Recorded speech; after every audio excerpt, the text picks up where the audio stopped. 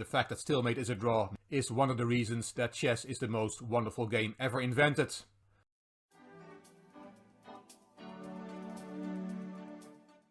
Hello chess fans, this is Rick from Chess to Impress with the next video in the chess alphabet series. We've arrived at the letter F. And these were your suggestions in the comment section. Lowercaser Ho said fool's mate or fairy chess. Fischer, yes, a very obvious one for the letter F, was voted for by Mr. Tomshi and Scoey Jordan. Fork or family fork was suggested by a number of people. Mr. Tomshi, Scoey Jordan, Stephen James and Michele Capellini. The fantasy variation of the Caro-Kann was a creative suggestion from Matthias Espindola. Daniel Bamberger said the Frankenstein Dracula variation. And Matteo Spenteado, Raventoe and Radu said the fried liver attack. The From's Gambit was a suggestion from Igor. And the French was suggested by Raventoe and Joran Kudot. 1f4 was also suggested by Radu. And the forced mate option came from Mike. François, André, Danican, Philidor, the great man of chess from the old days, was suggested by Final Flush. Michele also suggested Fianchetto. And William said a famous opponent loses because he moved the f-pawn. Kubidu said make sure you mention Firouzja. And Fortress was suggested by lowercase ho, Mr. T, Evan and Radu. And I decided to go with that one. What is a fortress in chess? A fortress is an endgame drawing technique in which the side behind the material sets up a zone of protection that the opponent cannot penetrate. This might involve keeping the enemy king out of one's position or a zone the enemy cannot force one out of. An elementary fortress is a theoretical drawn position with reduced material in which a passive defense will maintain the draw. That's a definition from Müller and Pajeken in the book How to Play Chess Endings. Let's look at a number of examples. This is a very simple example. White is a knight and a pawn up, but his position is a draw because black has a fortress. Let's put a few moves on the board. Let's play king d7. Then the black king just goes to a8 and black will shuffle between b7 and a8. White will never be able to take control of the a8 square as he won't be able to play his knight around. He would love to play his knight around to b6 to kick the king out of a8, but that's not possible. Of course, stalemate is also a motif here. In this position, king c7 would be stalemate. That's a draw.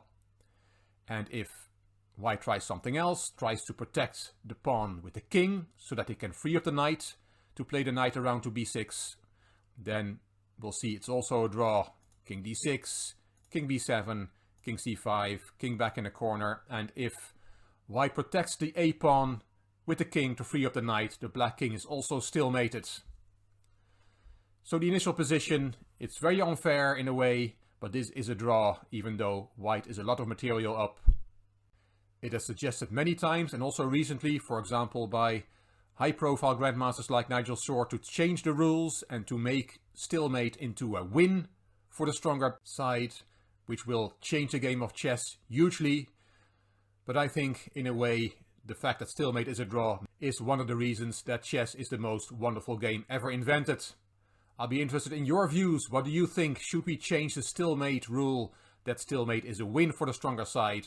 Or should we keep the rules of chess as they are, that stalemate is a draw?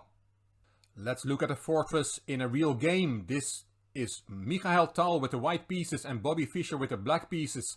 It is from the Candidates Tournament in Curaçao 1962. It was played on the 6th of May in that year. And if we do a body count, we see that black is up a pawn, but the knight on d5 is extremely strong and is dominating the bishop on f8. f6 was Tal's last move and Fischer played g6. That was the 40th move and now the game was going to be adjourned. Yes, that happened in those days. King h2 was played by Tal and he wrote here, I adjourned the game with an advantage, but black's sealed move came like a thunderclap.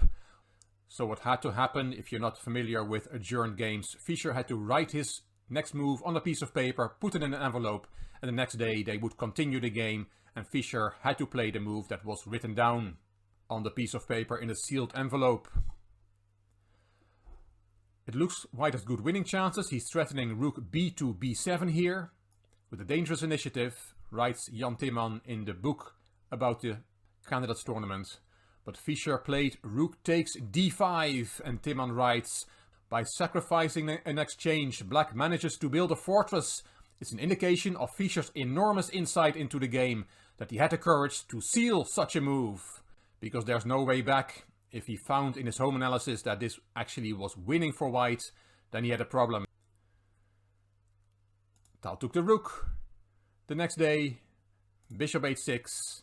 And now if you play rook b2 b7, that's actually a blunder, because then there is bishop f4 check. Fischer must have seen all this before he sealed the move to sacrifice the exchange. If you go to h1, then the game is over. This is checkmate.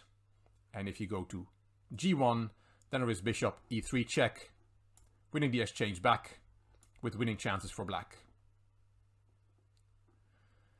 So after bishop h6, the rook cannot go to b7, and Tal played the other rook to e7. Bishop g5, and if you now play rook b2 b7 to put pressure on the f7 pawn and have two rooks on the 7th rank, then there is rook f8 to protect f7, rook e2 d7 to attack the weak d6 pawn, but then e4 with sufficient counterplay for black, explains Timman. So after bishop g5, Tal played rook f1, bishop f4 check, king g1 and g5, protecting the bishop so that black can play up his e-pawn. Rook b1 from Tal and e4, very instructive. Fischer gives up the e-pawn to be able to activate his king. Tal took the pawn, king h7, rook back attacking the f7 pawn and king g6. White is a full exchange up now, but black's pieces are coordinating optimally, writes Timman. Rook b2 b7, king takes pawn, rook takes f7 check, king e5, attacking the d5 pawn, and if you passively defend it with rook b5, that's not really an option for white. Black will then easily draw, as white won't be able to make progress. So Tal played rook f2 c7 here, offering a trade of rooks. Rook a8 from Fischer, rook b1, and black took the pawn. Now black is safe, writes Timman, and I'll give the remaining moves. Black has a fortress. Rook d1 check, king e6, rook c2, rook a3. Tal tries to activate the king. Rook b3, a waiting move. Check, king f5, another check, king f6, and the last move of the game, rook e4. Tal saw that he cannot break down Fischer's fortress. There's no way to make progress here. Quite a nice story, Fischer making that incredibly committal decision on the sealed move by sacrificing the exchange. He had assessed correctly that his position was a fortress. And one more example. This is a composition from W.E. Rudolph, which was published in La Stratégie in 1912. And it illustrates the defensive perimeter fortress. White already has a huge material disadvantage, but forces a draw by giving up his remaining pieces to establish an impenetrable defensive perimeter with his pawns. Let's see how that goes. It is quite nice. The first move is bishop a4 check, giving up that bishop. If you go to c4 with the king, then there is bishop b3 check, and we get a move repetition. So black has to take, king takes a4, and now we see the magic. b3 check, king b5, c4 check, king c6, d5 check, closing all the holes in the position. Black has no choice. King d7, check. King takes bishop. White doesn't mind, because with f5 the door is firmly closed. Black is now 2 rooks up and a bishop, but has no hope of breaking through white's defense perimeter. The only winning attempts black can make are to place his rooks on b5 or c6 and hope that white captures them. White draws by ignoring all such offers and simply shuffles his king around till the cows come home. Quite a funny position. There's nothing that black can do. White has his draw because of the fortress. And finally I will show you this position. This is also a draw because of the fortress. The white queen cannot win against the 2 knights. In the 2 knights fortress, the knights are next to each other, and their king should be between them and the attacking king. The defender must play accurately though. Write Karsten Müller and Frank Lamprecht in their book Fundamental Chess Endings. So this position is a draw, black has a fortress, and I'd like to add that if you play queen d5 check with white and black takes the queen, then the position is still a draw, which means the queen is not worth anything. With the queen or without the queen, this position is and remains a draw. Next week we'll look at the letter G. Please let me know your suggestions in the comment section. I hope you enjoyed this video. If you did, please give it a thumbs up. Please subscribe to the Chess to Impress channel and please leave a comment. I will read them all and I will reply to them all. If you liked the video, it would be great if you could share it on social media by clicking the share button on YouTube. You can find me on Instagram, on Twitter and on Facebook. This is Rick for Chess to Impress. Thank you for watching.